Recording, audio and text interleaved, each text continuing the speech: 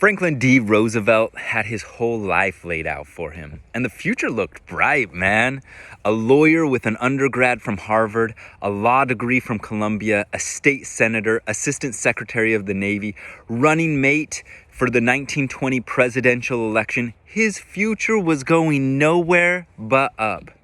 It was a sure thing, just like a rocket, he was going to rise up into the sky. Then he fell off a boat. I mean, he didn't mean to fall off the boat. It's not like he dove in. He just lost control of his body. I really mean it. He lost control of his body and he fell off a yacht into the cold, icy waters off Canada. See, he doesn't know it at this point, but a week before he had contracted the polio virus and his body is starting to shut down in response.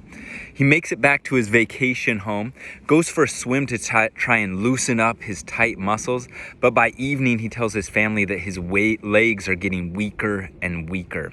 He spikes a fever, and then 3 days later his legs quit working. They won't support his body.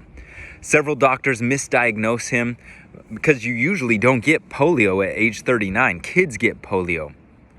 But he got it, and it was a devastating diagnosis. But Franklin decided to face this challenge with grit and cheer. And for the next 2 years, he did everything he could to learn to walk again. He made progress. He strengthened his arms, got braces for his legs, traveled near and far for therapy, and swam a lot. But 2 years later, he still couldn't walk. So it looked like his political career was over.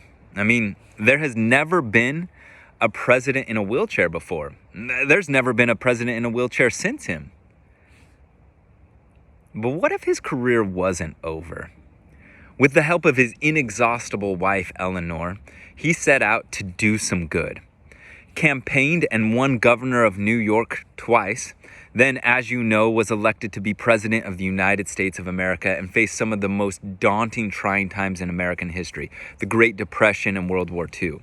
He worked tirelessly during this time to provide work for those who needed it to feed their families and to offset the tide of swarming Nazis. And despite his great capacity, critics questioned his strength, his ability, his capacity.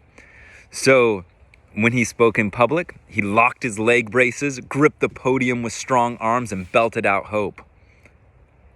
So where are you at? What difficulties are you facing?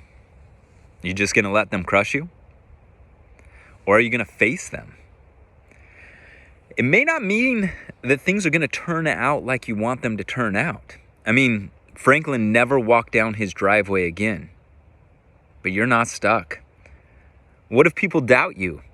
Can you smile, lock your figurative leg braces, grab onto the podium, and prove them wrong?